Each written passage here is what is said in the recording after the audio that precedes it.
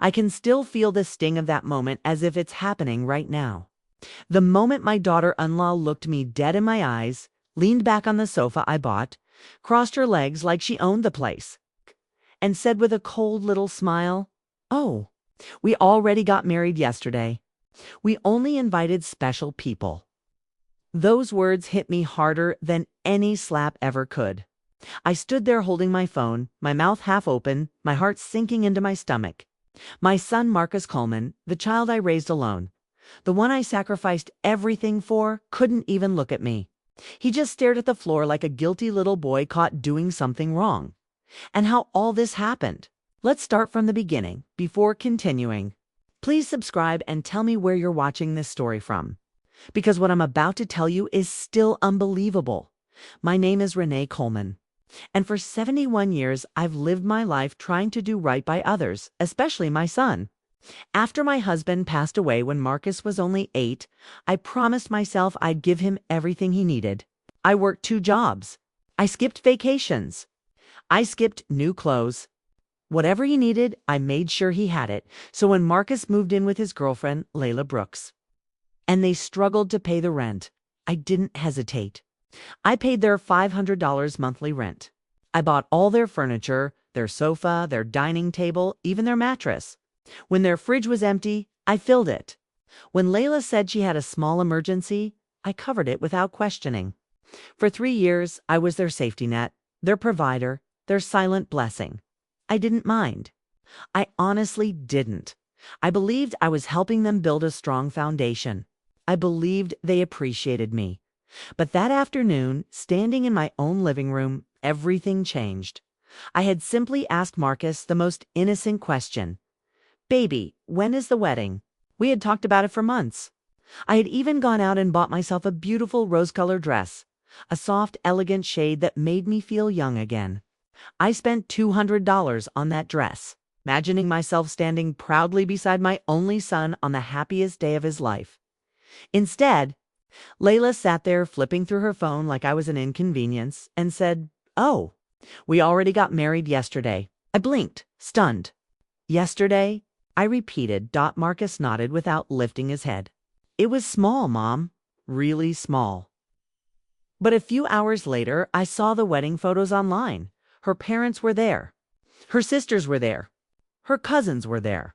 Her friends were there. Everyone was there. Everyone. Except me. And the worst part, Layla was wearing a white wedding dress. A dress I unknowingly helped pay for with the $800 she asked me for personal expenses. Last month, do you know what it feels like to see the people you love celebrating the biggest moment of their lives? While you're sitting alone with a dress you'll never get to wear. Tell me honestly, what would you do if your own child left you out of their wedding? Would you forgive it, or would something inside you break too? I didn't sleep that night. I kept replaying her words, only special people. I realized in that moment that I had been buying my place in their lives. And I still wasn't enough. But a week later, when my phone rang, and it was Layla again. She didn't call to apologize. She called because she wanted something from me. Money. And that was the day everything began to shift. Don't miss the next part, okay?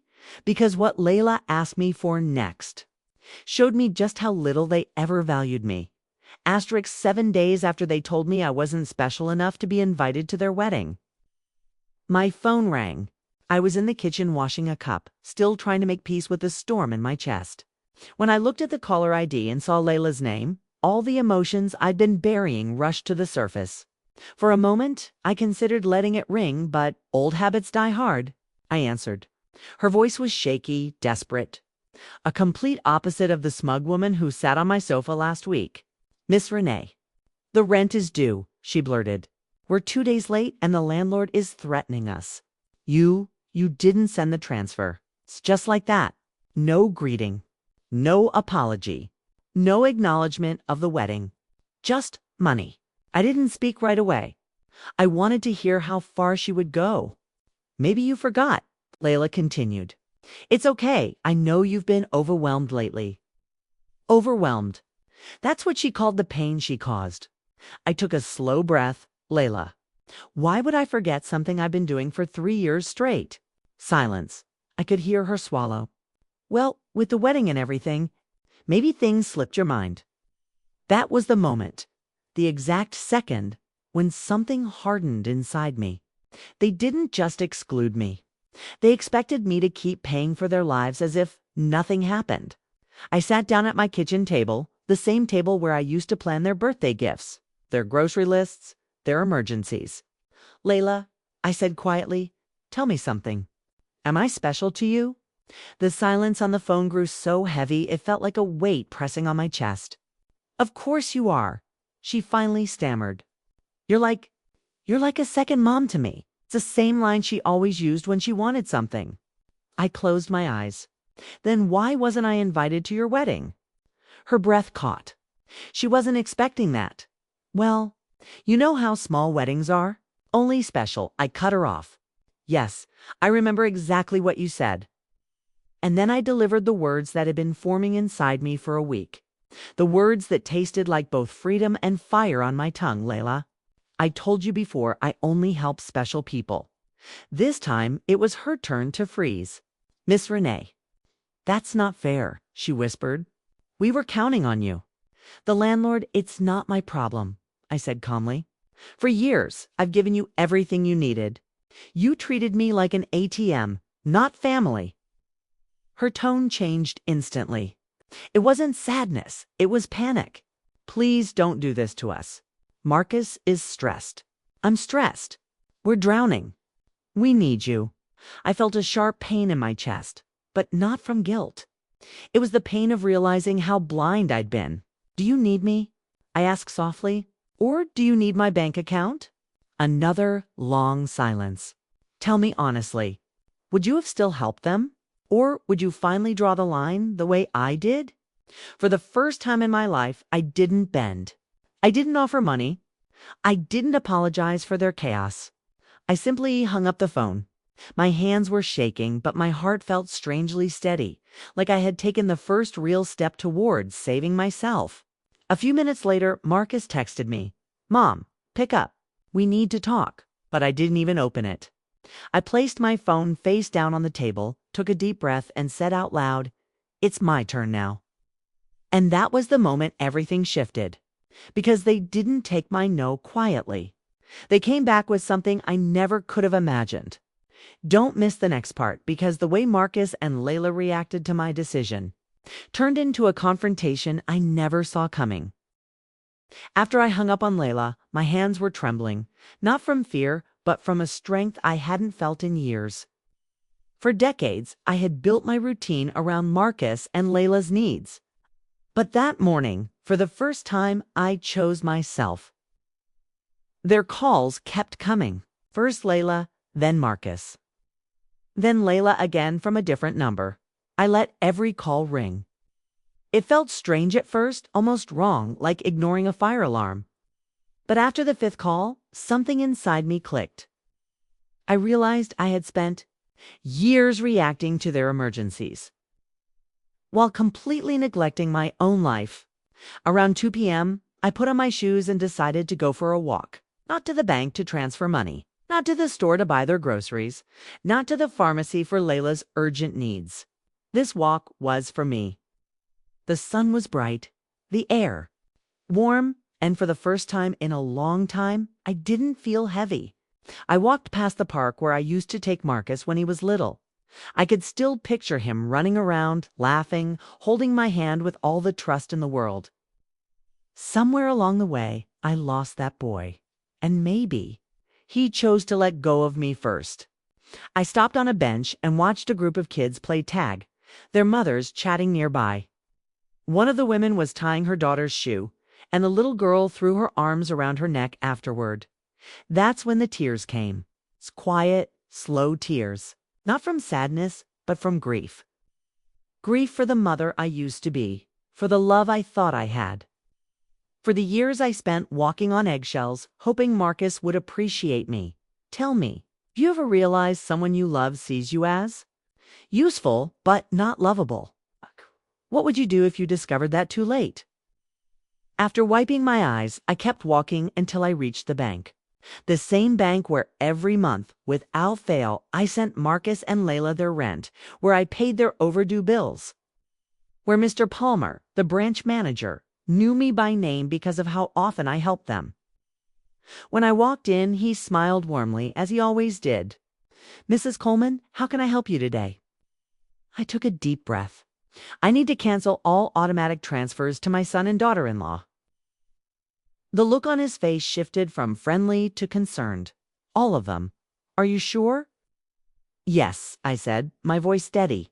"I'm very sure." He paused, studying me. "I hope everything is okay." I smiled, but it wasn't a happy smile. "It will be soon." While he processed the cancellations, my phone vibrated nonstop in my purse calls. Texts, voicemails. I didn't need to check to know who they were from. When Mr. Palmer handed me the confirmation papers, I felt a weight lift, like I'd been carrying a 100-pound burden on my shoulders and finally put it down. As I left the bank, I felt lighter than I'd felt in years, until I turned onto my street. I froze. 3 cars were parked in front of my house. Marcus's car, Layla's car, and a black SUV I didn't recognize. My heart started pounding as I saw silhouettes moving inside my living room. They had keys. Of course they did. I'd given them keys years ago, believing they would treat my home with respect. I walked up slowly, gripping my purse strap, fighting the shaking in my hands. When I opened the door, I stepped into a scene that made the hair on the back of my neck stand up. There was Marcus sitting on my sofa, head in his hands, Layla pacing back and forth like a trapped animal, and a strange older man going through my personal papers on the dining table. My papers, my accounts, my life. I stood in the doorway and said the words that changed everything. What exactly is happening in my house? Don't miss the next part, because what that stranger told me next was the first warning that my own son was trying to take control of my entire life. The moment I stepped inside my house, all 3 of them froze. Marcus lifted his head like he'd been caught stealing. Layla stopped pacing, her eyes darting between me and the documents on the table. And the strange man, tall, gray-bearded, wearing a charcoal suit that didn't match the chaos around him, slowly placed my birth certificate back onto the stack of papers. My papers. I closed the door behind me. Somebody better explain why a stranger is going through my private documents. The man stepped forward, extending his hand as if this were some polite business meeting. "Mrs. Coleman, my name is Attorney Wallace Green. I'm here to help your family with an urgent legal matter." I didn't shake his hand. Marcus finally stood up. "Mom, please don't get upset. We tried calling you. You didn't answer." "I know," I said, my voice calm but cold. That was intentional. Layla flinched like I had slapped her. Attorney Green cleared his throat. "Your son and daughter-in-law explained that you're experiencing confusion with your finances. They're worried about your ability to manage things on your own." My stomach twisted. "Confusion," I repeated slowly. "Is that what they told you?" Marcus stepped closer.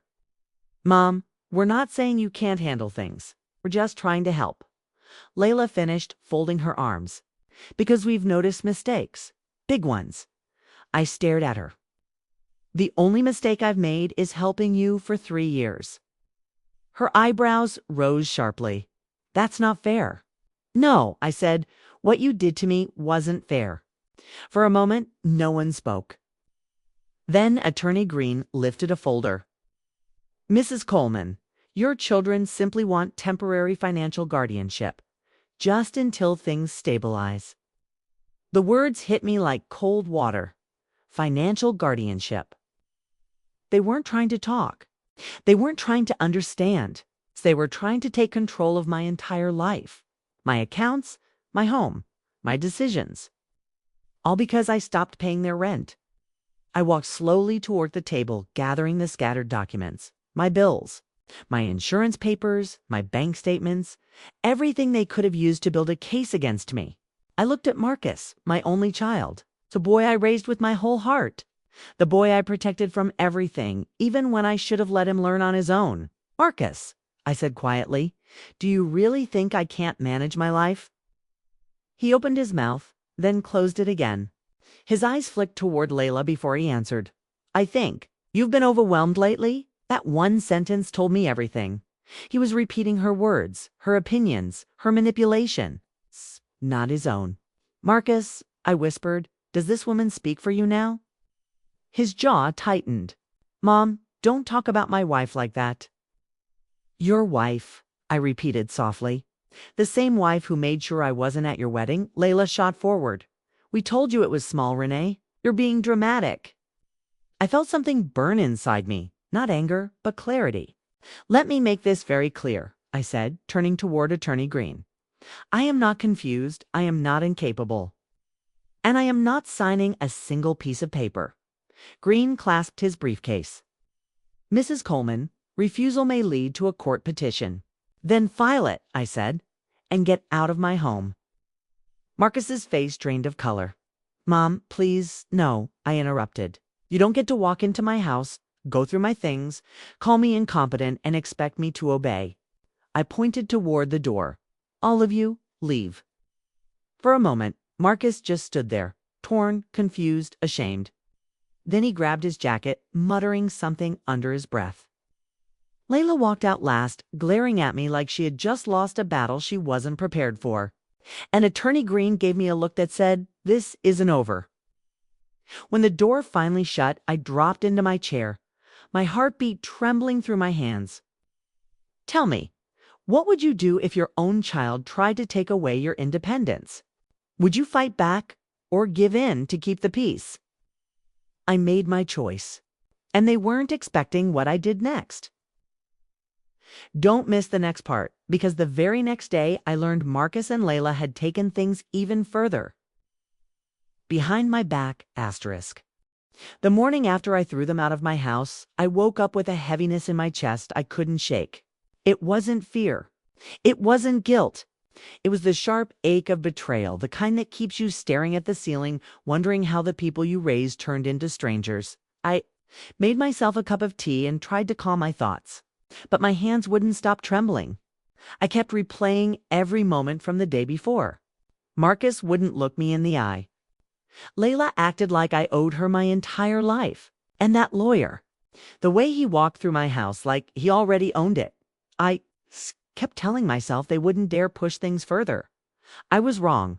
Around noon, I stepped outside to check my mailbox, something I'd barely paid attention to lately because most of my bills were electronic. But today, when I opened the metal door, an envelope sat on top of a few grocery ads. A thick envelope. One that carried weight. It was from the county courthouse. My heart thudded so violently I had to sit on the porch step before I could even open it. When I finally tore it open, my breath caught in my throat. Inside was a petition for temporary financial guardianship. Filed by Marcus Coleman and Layla Brooks. Filed. Not threatened. Not discussed. Not considered. Filed. They had submitted the paperwork the same day they were in my house. Before I even asked them to leave. Before they even tried to talk to me again. They had already decided they were taking control of my life. I read every word. They called me mentally overwhelmed. They said I had difficulty managing finances independently. They claimed I was emotionally unstable following widowhood. I shook as I read it, my vision blurring. Widowhood. My husband died 33 years ago, and they dared to use that as a weapon. My hands went cold. My breath came in short, sharp bursts. But what hurt most wasn't the lie. It was the signature. Marcus's signature, my son. Tell me honestly, what would you do if you held proof that your own child was trying to legally take over your life? Would you cry, fight, or shut down completely? I didn't cry. I didn't scream. I didn't collapse. I went inside, locked my door, and took out the folder where I had saved every receipt, every transfer, every message, every proof of the help I'd given them over the years. If they wanted a fight, they picked the wrong old woman. Just as I began organizing the documents, my phone buzzed. It was Marcus. I let it ring, then Layla called. I declined it. A minute later, another number called. I didn't recognize it. When it rang a third time, I finally answered, thinking maybe it was something important. Mrs. Coleman. A woman said, "This is Officer Daniels with the local police department." My breath caught. "Is everything all right?" "Yes, ma'am. We received a welfare request from your son and daughter-in-law. They said you weren't answering the phone and you might be in distress. A welfare check." My own child had sent the police to my home to create the image that I was incapable of taking care of myself. My blood ran hot. "Officer," I said firmly, "I am perfectly fine. I am not in distress. And I did not request assistance." She hesitated. "Would you like me to come by just to confirm your safety?" "No," I said. "And please note on the record that the request was unnecessary." She agreed and ended the call. I stood there, phone still in my hand, feeling something shift inside me, something powerful and unshakable. They weren't worried about me. They were building a case. But if they wanted a case, I would give them one they'd regret. Don't miss the next part, because the next call I made wasn't to Marcus. It was to someone who knew exactly how to fight back. Asterisk after the police call, my hands wouldn't stop shaking. I sat at my dining table, the same table attorney Crean had touched without permission, and stared at the courthouse papers again. Every word felt like a knife. Temporary guardianship. Mental instability. Financial confusion. All lies, all calculated. All signed by the same son I once carried on my hip while cooking dinner. I closed the file and inhaled deeply. If I didn't act fast, Marcus and Layla would take everything. My home, my bank accounts, my independence. They would put me in a position where I'd need their permission to buy groceries or pay for my medication. I had seen this kind of story happen to other seniors. I never imagined my own child would try it on me. I wasn't going to let it happen. My heart pounded as I picked up my phone and scrolled through the contacts I rarely used anymore. Then I stopped at a name I hadn't dialed in years. Attorney Cassandra Tate, a sharp, no-nonsense woman who once helped my sister through a messy property dispute. Cassandra didn't play games, and she definitely didn't lose. I pressed call. She answered on the second ring. "Renee, well, ILB. Haven't heard your voice in a long time. What's going on?" I swallowed hard. "Cassandra, I need help." "Tell me everything," she said immediately, her tone shifting into pure professionalism. I explained it all: the wedding exclusion, the rent money, the confrontation at my house, the petition, the welfare check.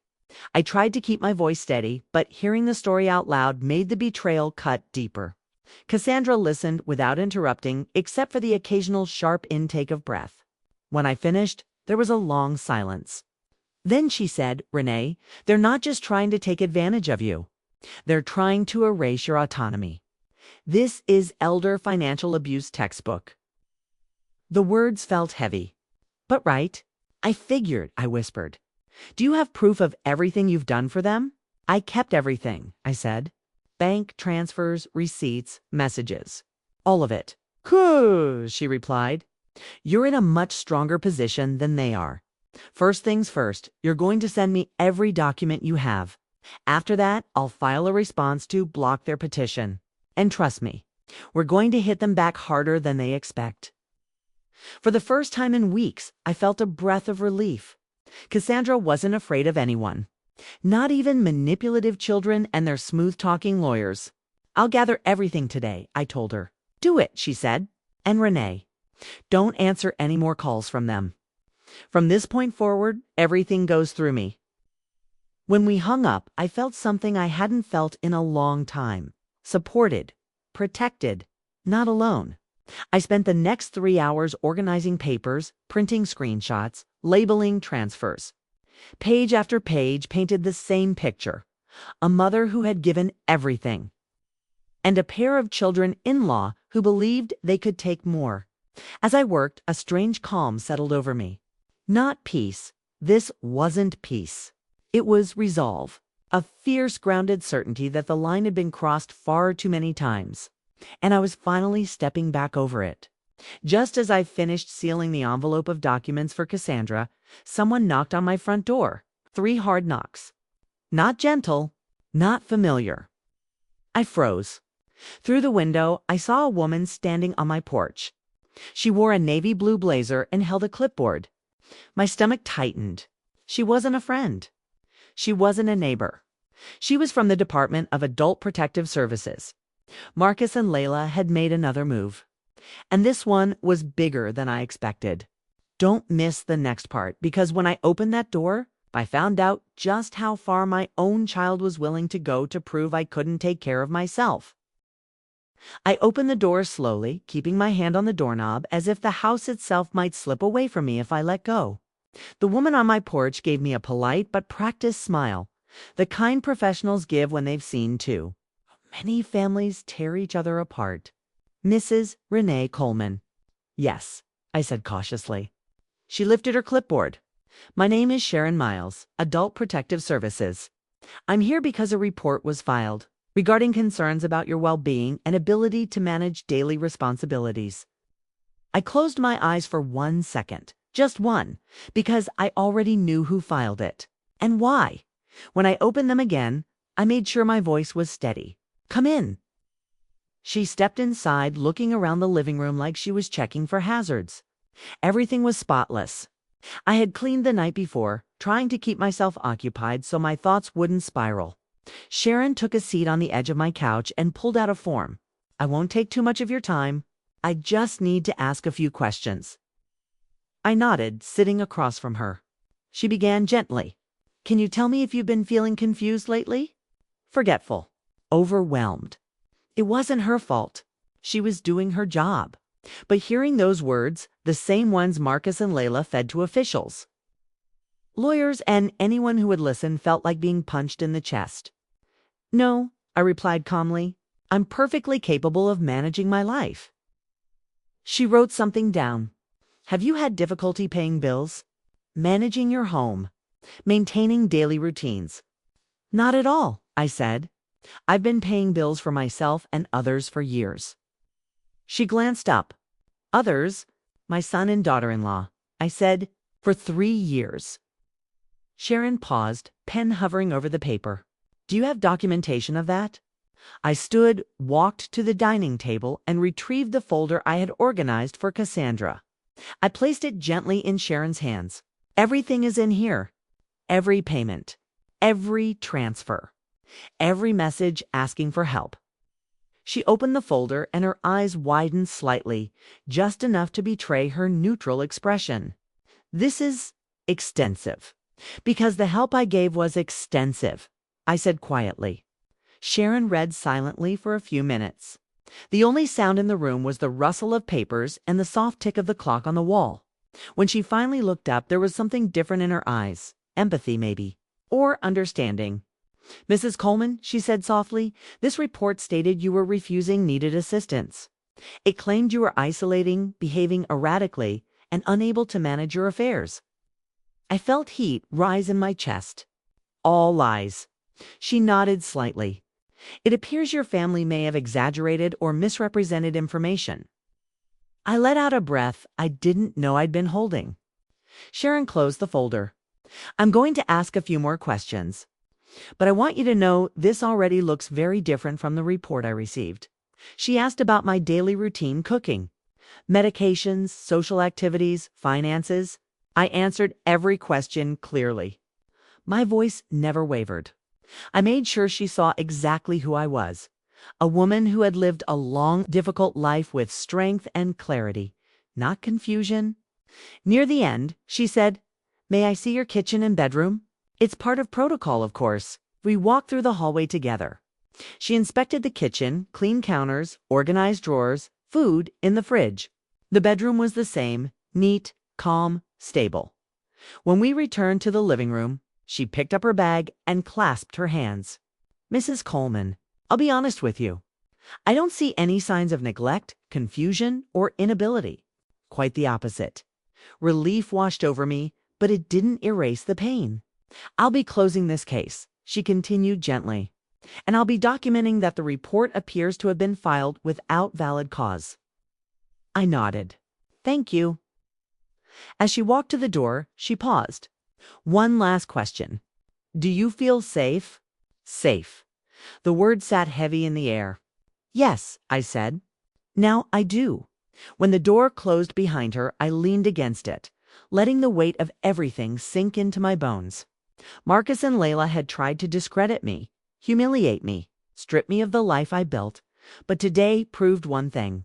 They underestimated me. But they weren't finished. An hour later, another letter arrived, this time from Attorney Green.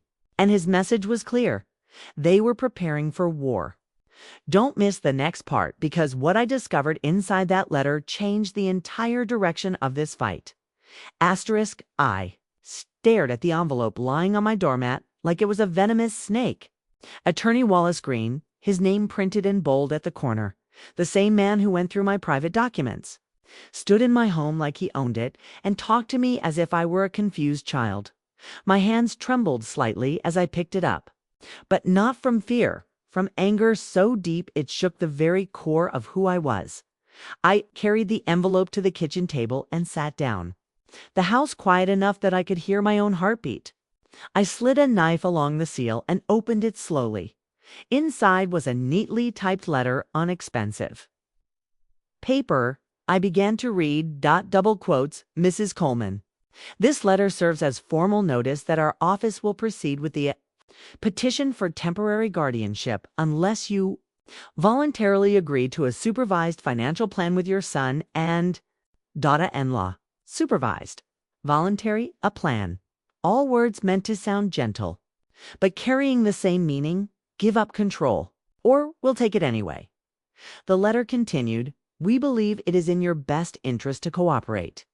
If this matter proceeds to court, multiple character witnesses have already agreed to testify regarding your mental decline and inability to manage personal affairs. I froze. Character witnesses. Who did they convince to speak against me? What lies were they telling?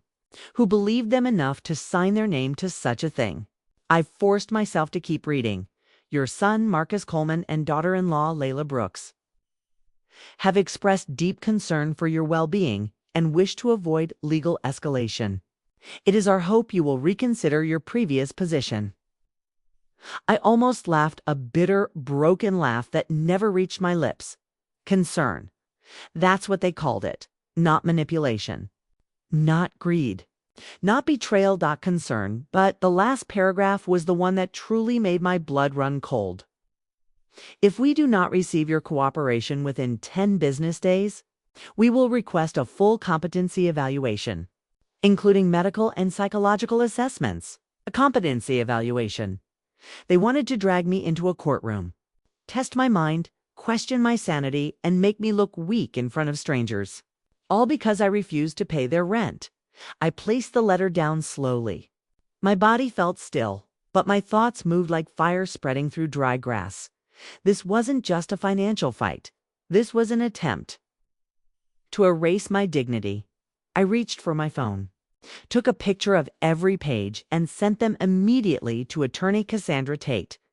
Within minutes, she called. Her voice was sharp. Renee, tell me you haven't responded to them directly. I haven't, I said, still staring at the letter. Good. Because this is intimidation, plain and simple. They're overplaying their hand, and Green is reckless to put it in writing. What do? I asked. We fight, she replied. I'm filing a countermotion tomorrow morning, and we're requesting a full review of their actions, including financial exploitation and malicious reporting to a PS. I exhaled slowly. I didn't want a war. I wanted my son back. But that version of him was gone, replaced by desperation, fear, and Layla's influence. Cassandra. I whispered, why are they doing this? Her tone softened. Because they think you're vulnerable. And because they think you won't push back. Well, they were wrong. After we ended the call, I folded the letter and placed it in a folder labeled evidence. The stack was growing quickly, every paper, a reminder of how far they'd gone. I walked to the window and looked out at the quiet street. The same street where Marcus used to ride his bike. The same one where I waited for him after school. The same path he ran down when he broke his first tooth and cried until I held him. And now he was trying to take away my freedom. This wasn't just betrayal. It was war, and I was no longer afraid to fight. Don't miss the next part, because the very next morning, someone showed up at my house with news that pushed this battle into open conflict. The next morning, I woke up before the sun rose. I barely slept. My mind kept replaying every word of Attorney Green's letter. I sat on the edge of my bed, listening to the quiet of my home, the quiet I used to find comforting. Now it felt heavy, like the air itself was warning me that something else was coming. I made coffee and sat at the kitchen table, staring out the window, trying to gather my strength. I didn't expect the knock at the door. 3 firm raps, not polite, not hesitant, but official. My stomach clenched as I walked to the door. When I opened it, a uniformed courier stood on my porch holding a large envelope. "Mrs. Coleman?" "Yes." He handed me the envelope. "You've been served." The words cut through me like a blade. Served. He didn't wait for questions. He just turned and walked down the steps, leaving me standing there holding the heaviest envelope I'd ever felt. I stepped inside, shut the door, and locked it. My hands trembled as I opened the envelope. Inside were several pages clipped neatly together. A court summons, a hearing date, a request for a full financial and psychological evaluation. My breath hitched as I read the document line by line. Marcus and Layla had escalated everything. They weren't bluffing, and they weren't waiting anymore. They wanted me in court. They wanted a judge to decide if I was competent enough to control my own life. They wanted the law to take their side. I felt something inside me collapse. Not my stability, not my strength, but the last tiny piece of hope that maybe, just maybe, Marcus would stop this before it went too far. I sat down slowly, the summons shaking in my hands. This was no longer a family argument. This was a legal attack. I called attorney Cassandra Tate immediately. She picked up on the first ring. "Renee, what happened?" "They served me," I said, my voice barely above a whisper. "Already." She snapped. "Green's pushing this faster than I expected." I heard papers shuffling on her end. "Okay, listen carefully. We're going to respond. We're requesting a dismissal based on lack of evidence and malicious intent. But we need to gather everything, absolutely everything. Every message, receipt, bank transfer, voicemail. We're going to turn their accusations back on them." I swallowed hard. "Cassandra, I never wanted it to come to this." "No," she said softly, "but they chose this path, not you." She went quiet for a moment. Then, "And Renee, there's something else. The witnesses Green mentioned. We need to find out who they are. That part bothers me." It bothered me too. It twisted in my chest like a thorn. After we hung up, I walked into my bedroom and opened my closet.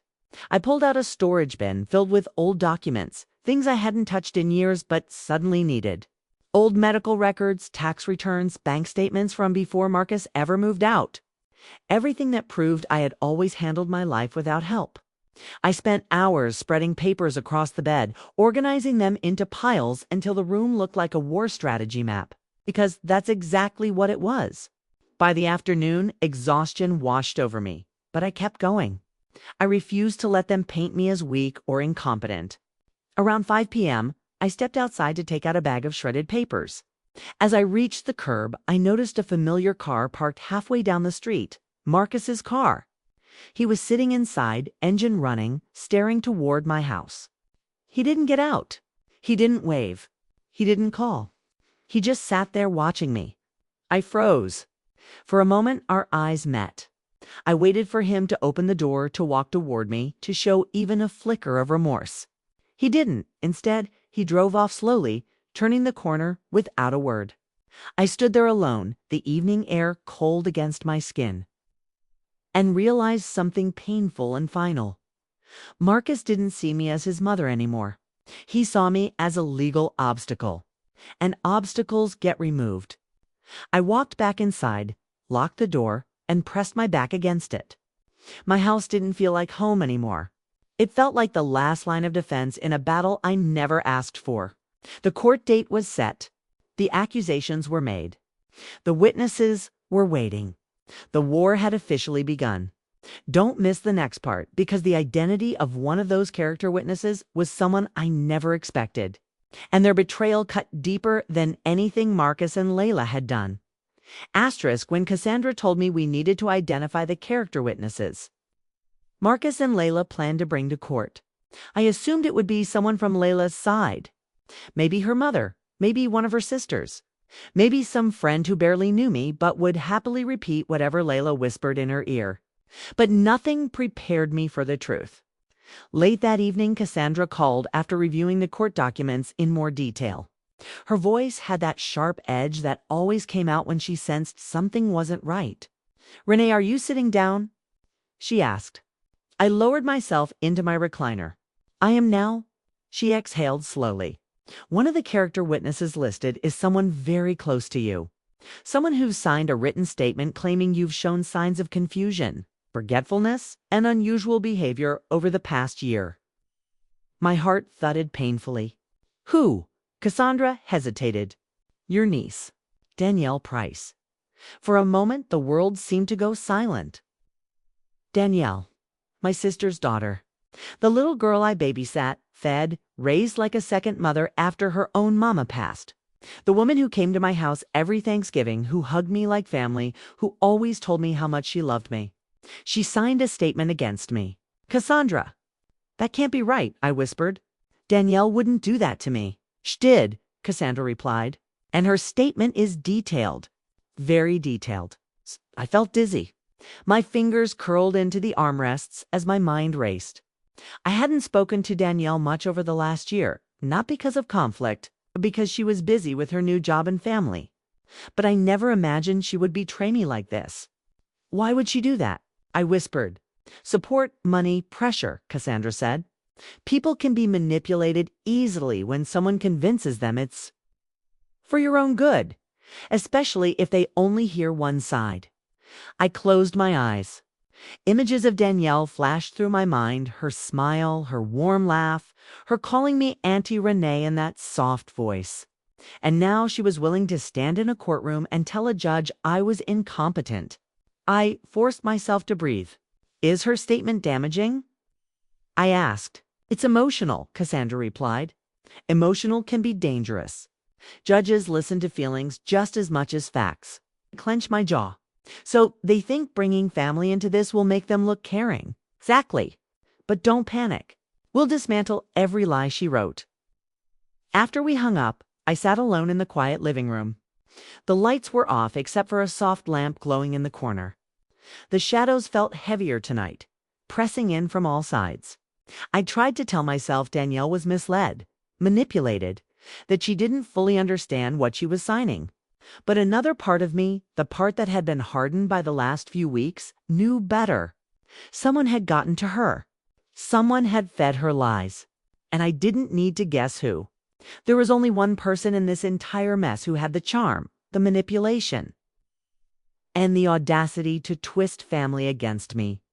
"Layla," I stood slowly and walked to the hallway mirror.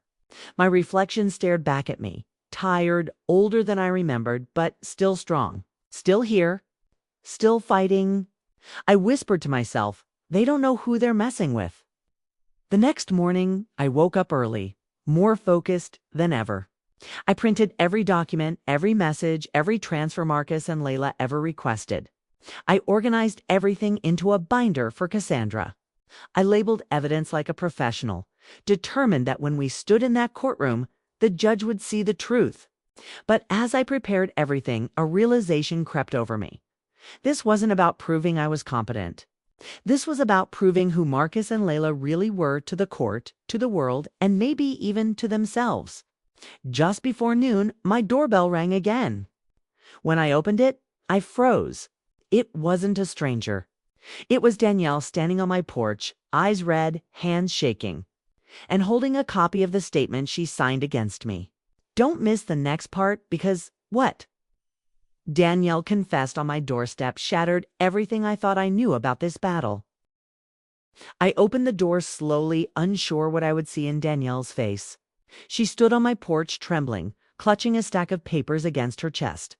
Her eyes were swollen, her breathing shallow. And she looked younger than her 34 years, like the child I used to comfort after nightmares. Auntie Renee, she whispered, her voice cracking. I need to talk to you. I stepped aside. Come in. She walked inside and immediately burst into tears. Real tears. Not the easy, polite kind, the deep, shaking kind that come from guilt and fear mixed together. She sat on my sofa, the same place Marcus and Layla had once sat with no shame at all. I closed the door and approached her calmly. Tell me what happened. Danielle wiped her face, trying to speak through the sobs. I didn't know. I didn't know what they were doing. I swear I didn't. Start from the beginning, I said gently, though my heart was pounding. She took a deep breath and held out the papers, her signed witness statement. I didn't take them yet. I just waited. Layla came to my job, Danielle said. She showed up unannounced. Said it was urgent and that you needed help. My stomach tightened. What did she tell you? She said you weren't answering their calls because you were confused. That you were forgetting things.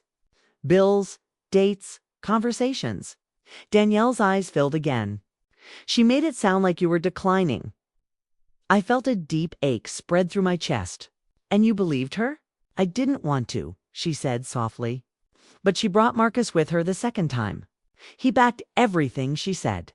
He said he was scared for you, that you were refusing help, that he didn't know what else to do. Hearing that made something inside me crack. Marcus had stood there. Marcus had lied. Marcus had allowed my own niece to sign a paper that could strip me of my autonomy. Danielle's voice wavered. Auntie? He cried, or at least he pretended to. I don't know anymore. He said you were pushing everyone away and he didn't know how to reach you. I closed my eyes. Manipulation, layered and strategic. Danielle continued. They made it sound like signing the paper was just to start a wellness check, not a legal case. They didn't tell me it was for court. I finally took the paper from her hand. The signature was unmistakable. Her handwriting, her initials, her belief in their lies. She covered her face again. I'm so sorry. I didn't know they were trying to take control of your finances. I didn't know they were using me. Her voice broke into a raw whisper. I thought I was helping you. I sat beside her and held her hand. Danielle, I believe you. I know your heart. She cried harder at that, collapsing into my shoulder in a way she hadn't done since she was 16 and lost her mother. I held her and let her cry, but inside me, something cold and sharp was forming. Marcus wasn't just trying to take my independence. He was poisoning the people closest to me, one by one. After several minutes, Danielle pulled herself together. I talked to my husband about it last night. He said something felt off. So I started digging online. I found out exactly what a guardianship case means. She shook her head slowly. I couldn't sleep. I kept thinking about you, about how strong you've always been, and how wrong this is. She stood and wiped her eyes. I want to fix this. I'll go to your lawyer. I'll write a new statement. I'll tell the judge everything. I nodded. We'll take it one step at a time. Before she left, she turned back at the door. Auntie Layla won't stop. And I don't think Marcus will either. They're determined. Her words lingered long after she drove away. I sat alone in the silence, holding her original statement in my hands. The ink was dry, but the betrayal it carried was still fresh. Danielle had been manipulated. But Marcus, he knew exactly what he was doing. And if he was willing to turn my own family against me, I knew the next phase of this battle would be darker than anything yet. Don't miss the next part, because the night after Danielle's visit, I received a phone call that exposed just how far Marcus and Layla were willing to go, even if it meant breaking the law. That night, long after Danielle left, the house felt heavier than usual. A storm floated low in the air. Not one outside, but one inside my chest. I kept replaying everything she said, every tear she shed, every manipulation she revealed. Marcus hadn't just made a mistake. He had made a plan, a calculated, deliberate plan to take over my life, I stayed up late organizing more documents for Cassandra, determined to be ready for anything. Around midnight, I finally turned off the lights and lay in bed, hoping sleep might take the edge off my thoughts. But sleep didn't come. Instead, my phone rang. The sound cut through the darkness like a warning siren. I glanced at the caller ID. It wasn't Marcus. It wasn't Layla. The number was blocked. I almost ignored it. Almost, but something in my gut told me to answer. I pressed the phone to my ear. Hello? A pause. Then a shaky whisper, Mrs. Coleman. It's Terrell. I sat up instantly. Terrell was Marcus's closest friend since childhood. I hadn't spoken to him in years, but I knew his voice anywhere. Terrell. I said, what's going on? He took a sharp breath. I need to tell you something. And I can't text it. They might see. My heart began to pound. Who might see? Marcus and Layla, he said quietly. I'm sorry I'm calling this late, but I heard something tonight, and I can't stay quiet. I gripped the sheets. Tell me. Terrell hesitated, then spoke in a rush, as if afraid someone would snatch the phone away. They're trying to get into your accounts, he said. They've been trying for weeks. They asked a guy I know to help them hack into your online banking. The blood drained from my face. Hack my accounts. Yes, he whispered. They offered him money to break into your emails and bank login. He turned them down, said it was illegal, but he told me because he thought it was wrong. And tonight I overheard Marcus talking to someone else on the phone. Someone who sounded like they knew what they were doing. For a moment, I couldn't breathe. My own son, trying to force the court into declaring me incompetent, wasn't enough. Now he was trying to steal my money outright. A cold chill moved down my spine. What exactly did you hear? I asked. He said we need access before the hearing. If we can show she's been mismanaging funds, we'll win. The guy on the phone said he'd try by the end of the week. Terrell's voice cracked. I'm sorry, Mrs. Coleman. I thought Marcus would come to his senses. But this is something else. I pressed my free hand to my forehead. The betrayal was no longer emotional. It was criminal. Why are you telling me this? I whispered. Because you raised him better than this, Terrell said. I know you did.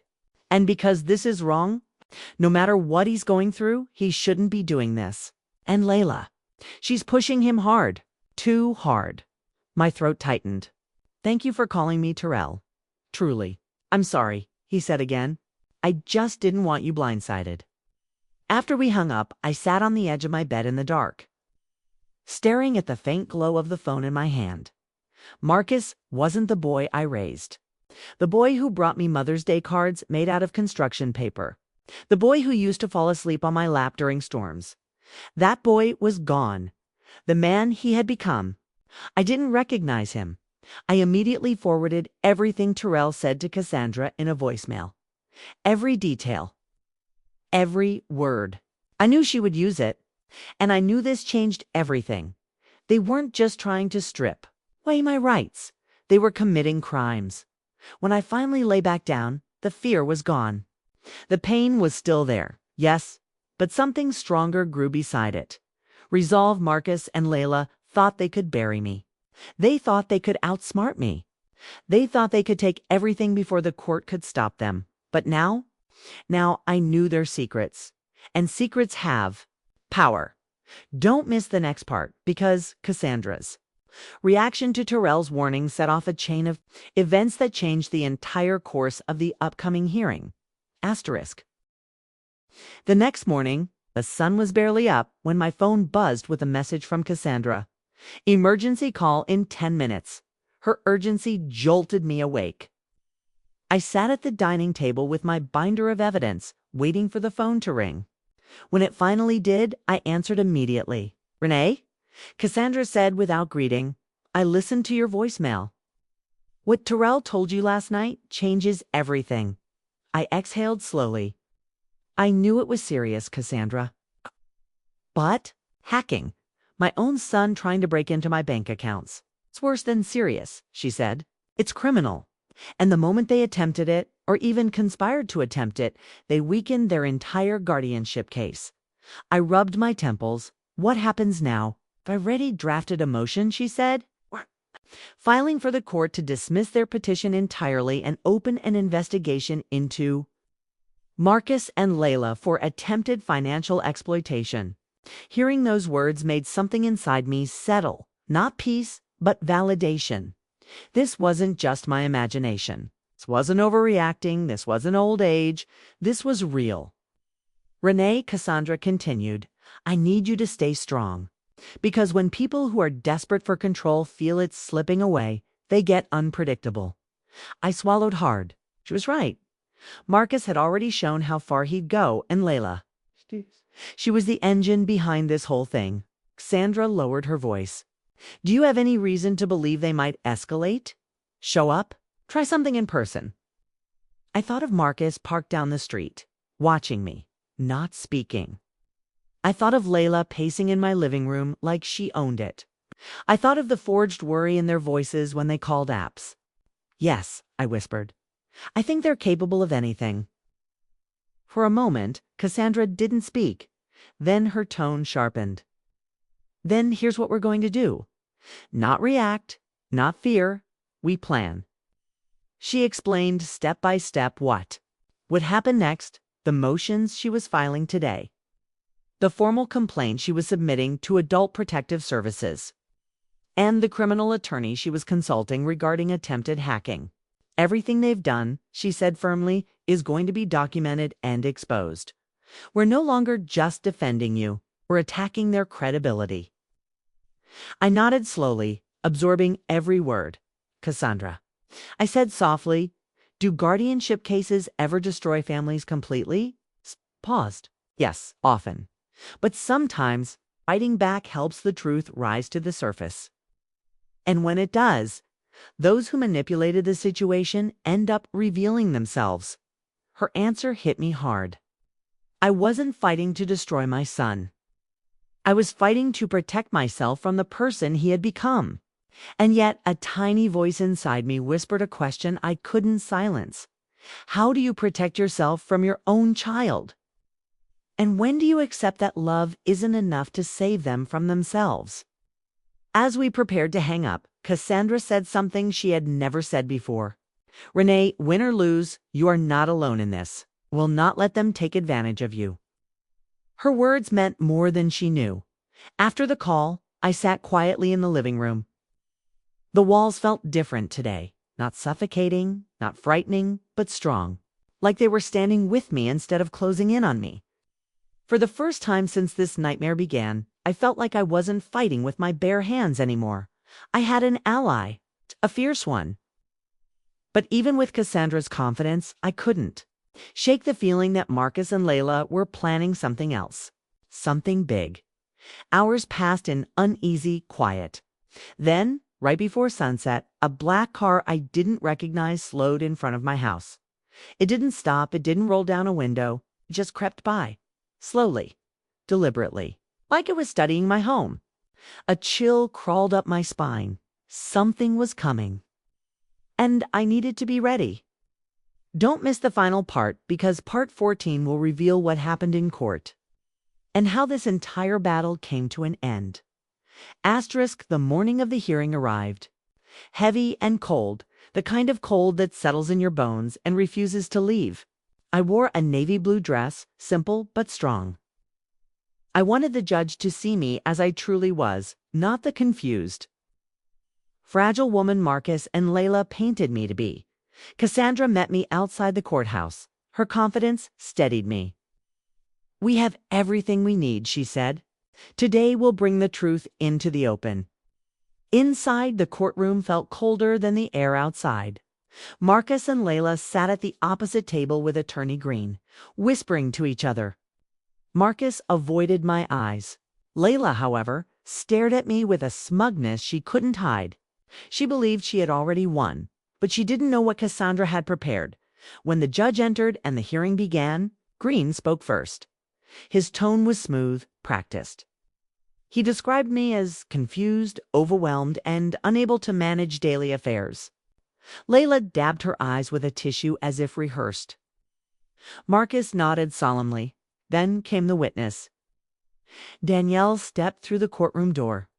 Layla's smile widened until Danielle walked straight to my table and sat behind me. Green's confusion was visible. "Ms. Price," he said, "please take the stand." Danielle rose, walked to the witness seat, and took the oath. But instead of repeating what she signed, she opened a folded piece of paper with trembling hands. "Your Honor, I need to correct my statement." The entire courtroom went still. Danielle explained everything: how Marcus and Layla pressured her, how they misled her about the purpose of the document, how they painted a false picture of my health and finances. She admitted that her earlier statement was based on lies. They fed her. Green tried to interrupt. The judge silenced him with one sharp look. When Danielle finished, she stepped down and returned to sit behind me, tears running down her cheeks. I placed my hand over hers. I felt her squeeze it as if begging for forgiveness. Then Cassandra stood. Her voice carried across the courtroom like a blade, sharp, controlled, and impossible to ignore. She laid out every receipt, every transfer, every screenshot proving I had supported Marcus and Layla financially for years. She described the app's investigation that found no concerns about my well-being. And then she delivered the final strike. "We have evidence," she said firmly, "that the petitioners attempted to gain unauthorized access to Mrs. Coleman's personal accounts. This was not an act of concern. This was a deliberate effort to seize control of her finances." Gasps echoed across the courtroom. Marcus's jaw dropped. Layla's face drained of color. Cassandra submitted Terrell's statement and the supporting documentation. The judge reviewed them silently, his face hardening with every page. Finally, he looked up. Marcus Coleman, Layla Brooks. His voice was stern, almost cold. "Your petition is dismissed with prejudice. Furthermore, I am forwarding this matter to the District Attorney's Office for review of possible criminal conduct, including attempted financial exploitation." Layla stood abruptly. "That's not fair. Sit down," the judge commanded. Marcus just crumpled into his seat, covering his face in his hands. It was over. Truly over. As the courtroom emptied, Marcus didn't come to me. He didn't apologize. He didn't explain. He just walked out with Layla, their shoulders stiff with anger and humiliation. I watched him go, my heart breaking and healing at the same time. When Cassandra and I stepped into the fresh air outside, she looked at me gently. "You did the right thing, Renee." I nodded slowly. "I know. Just wish it hadn't come to this." The sun was warm on my skin. For the first time in months, my home, my life, and my dignity belonged solely to me again. And yet, the part of me that once held Marcus's hand as a child still ached. Losing him hurt. But losing myself would have been worse. Sometimes love means letting go. Sometimes survival means fighting back. And sometimes the people who claim to protect you are the ones you must protect yourself from. If this story touched your heart, please like the video and subscribe for more inspiring stories. And if you have any questions or want to know what happened next with the characters, just comment below. I'll be reading them all. Sometimes life takes turns we never expect. Every person in this story carried their own pain, their own choices, and their own consequences. Maybe you saw yourself in one of them, or maybe it reminded you of someone you once knew. What do you think happened next? What would you have done if you were in their place? If you have any questions about what happened to the other characters, or if you want me to share more about them, just comment below. I read every message you leave, and your thoughts truly mean a lot to me. And if this story touched your heart, inspired you, or even made you think differently, please take a second to like this video and subscribe to the channel. It helps me keep sharing stories that move people, open minds, and remind us we're all human. At the end of the day, your support keeps these stories alive. Thank you for watching, for feeling, and for being part of this journey. More powerful stories are coming soon. Stay tuned and stay kind.